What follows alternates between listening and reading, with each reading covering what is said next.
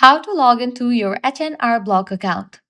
Let's get started. You can either use website or you can use the app. For this video, I'm going to use the web version. So launch your preferred browser.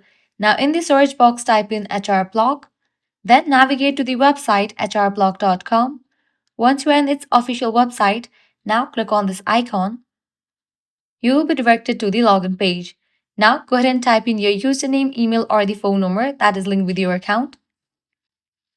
After you type in, click on Continue. Now you will be prompted to enter your password. In case you have forgotten your password, you can use one-time security code that will be sent to your email address or the phone number that is linked with your account. But for this video, I'm going to use my password. After you type in, click on Sign In. And just with that, you will be logged into your account. In case you have used the option one-time security code, you will be receiving code in the phone number or the email address that you have selected. You have to type in the code, and with that, you will be logged into your account.